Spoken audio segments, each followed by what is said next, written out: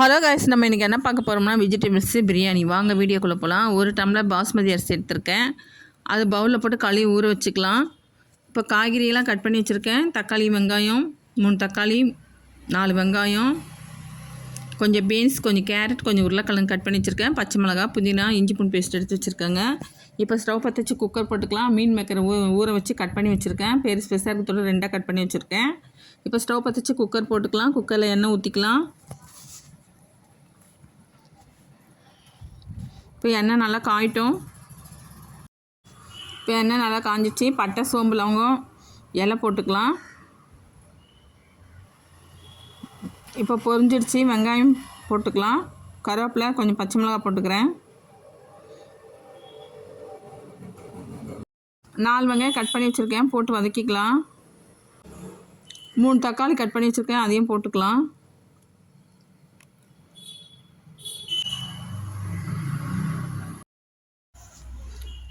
இப்போ தக்காளியும் போட்டாச்சு. இப்போ நல்லா வதக்கிக்கலாம்.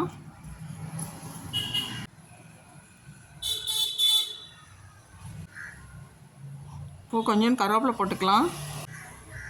இப்போ புதினா சேர்த்துக்கலாம். இப்போ நல்லா வதக்கி விட்டுக்கலாம். இப்போ பீன்ஸ், கேரட்டு, உருளைக்கிழங்கு போட்டுக்கலாம். இப்போ நல்லா வதக்கிக்கலாம். இஞ்சி பூண்டு பேஸ்ட் 2 ஸ்பூன் போட்டுக்கலாம். கரம் மசாலா போட்டு 2 ஸ்பூன், 1/4 ஸ்பூன் மஞ்சள் பொடி, 1 ஸ்பூன் வெறும் மிளகாத்தூள், 1 ஸ்பூன் குழம்பு மிளகாத்தூள். இப்போ நல்லா வதக்கி விட்டுக்கலாம். தேவையான உப்பு போட்டுக்கலாம். 2 கரண்டி தயிர் ஊற்றிக்கிறேன்.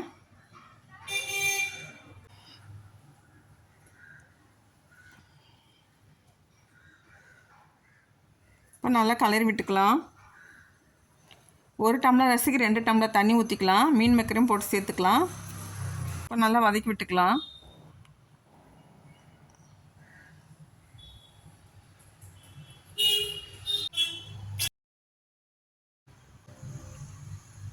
இப்போ நல்லா வதங்கிடுச்சு. இப்போ தண்ணி ஊற்றிக்கலாம். 2 கிளாஸ் தண்ணி ஊற்றிருக்கேன். இப்போ கொஞ்சோண்டு கொத்தமல்லி போட்டுக்கலாம்.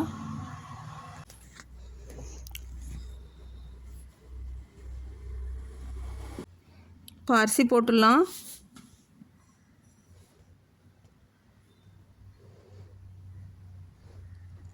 இப்போ அரிசி போட்டு நல்லா கலந்து விட்டு குக்கர் மூடி போட்டு ஒரு விசில் போட்டுடலாம்.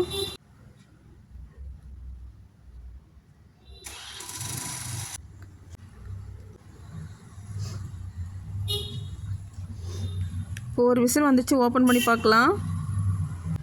பாருங்கள், எவ்வளோ சூப்பராக வேறு வேறையாக வந்திருக்கு. செம்ம டேஸ்ட்டாக இருக்குங்க. இந்த வீடியோ உங்களுக்கு பிடிச்சதா லைக் பண்ணுங்கள், சப்ஸ்கிரைப் பண்ணுங்கள், கமெண்ட் பண்ணுங்கள்.